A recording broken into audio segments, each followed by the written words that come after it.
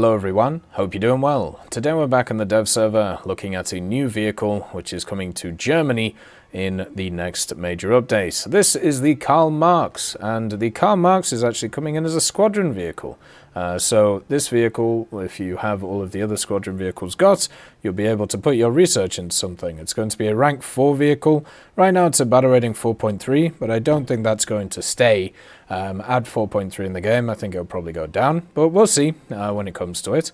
And it'll give you another option to be able to get some squadron vehicles. Now remember, when it comes to squadron vehicles, you should actually get into a squadron to get some squadron RP so you can access these vehicles.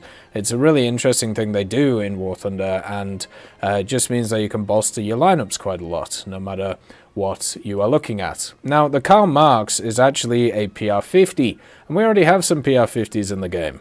We have the Rosomacha, which is the premium for the Soviets at 4.0. And then also we have the Yenet, which is in the main tech tree. So this is technically at least the third PR50 that we have in the game. It is slightly different to them though. You can see if you compare these two, the Rosomacha has 3 torpedoes, 3 100s, 2 37 dual mounts and 2 dual 25s, whereas the German Karl Marx has 3 100s, 2 dual 37s and a bunch of mortars and 3 torpedoes as well on the back. So they have just slightly different munitions, I suppose, or different weapon systems, I should say, compared to each other, but nothing too massive when it comes to the overall use of them. If anything, I would say the Karl Marx is probably the weakest one, since it misses out on the 25mm. It does have this fire director though, which actually is a pretty interesting fire director, and also has a tracking radar director as well, which should be pretty fun, with the search radar on top of it as well.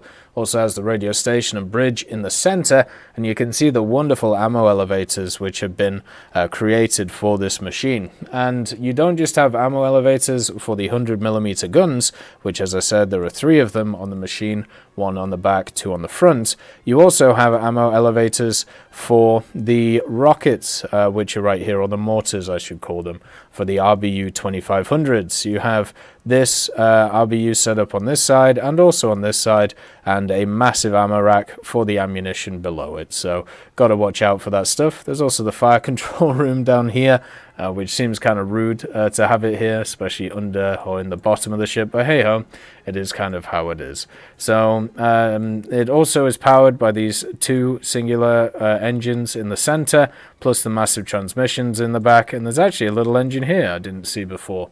Seems to be kind of just randomly here. There's a smoke funnel as well for that one separate engine. I suppose that engine probably does something else compared to the massive setups. When we have a look at the armor, you can see that it's quite complex on this machine. You know, you have some on the 100mm, you also have a little bit on the bridge area, and in the center there's actually 60mm which are sat around the engine to try and keep it doing alright. You also have a little bit of additional armor on the sides here, which may mean that you are a little bit more beefy against some of the coastal machines if you are going to face them. This thing's majority of the time going to face destroyers though, at longer ranges because of its battle rating, which might be a little bit rough for it, but we'll have to see how it generally does. So, talking about the weapon systems, the main one is obviously the 3 single-mounted 100mm guns, and they have access to all the different shells you'd want, apart from AP. Because if you go up against, let's say, cruisers somehow, or maybe destroyers with a little bit more armor, or maybe some armored battle boats, the AP is normally very nice for that, to be able to penetrate them. Unfortunately, the 100mm here only have HE, HETF, and HEVT, so they are definitely multi-purpose guns, and with the 100mm guns you'll be able to hull break basically the smaller boats, which will be really nice, and the fire rate on these 100mm is very nice as well, at 15 rounds per minute, meaning that you could fire a shot every 4 seconds on each of the guns. The actual first stage as well, I don't think it actually has one, so it can fire at 15 rounds per minute until it runs out of ammo.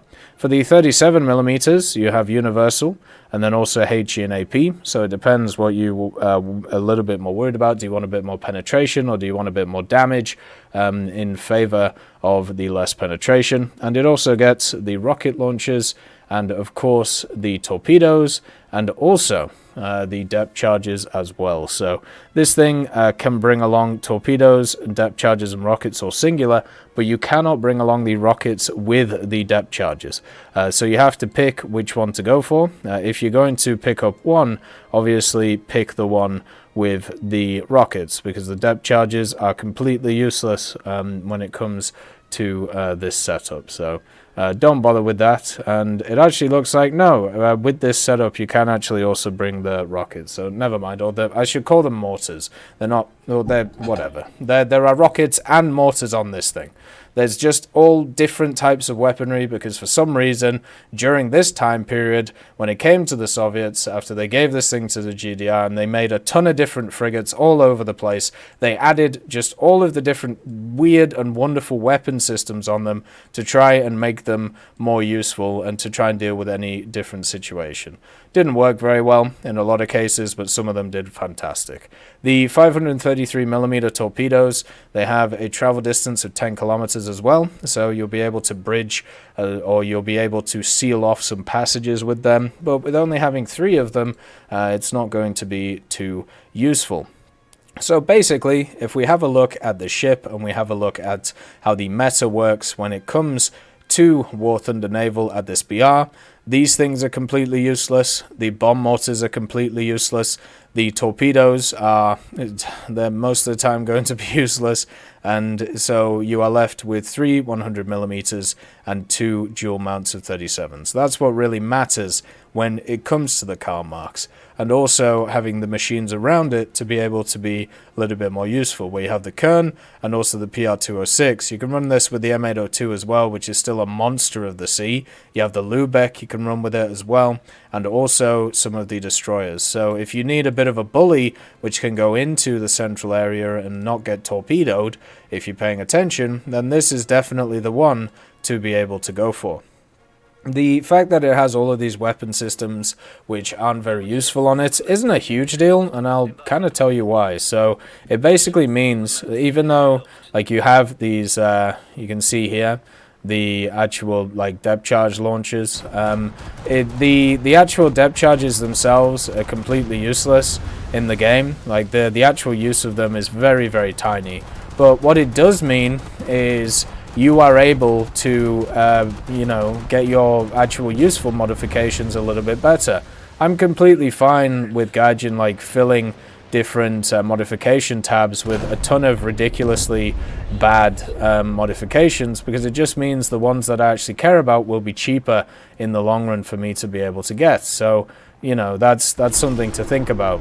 You also, you know, can have a bit of fun when it comes to the mortars themselves. If anything does get close to you, you can actually hull break it, which is quite nice.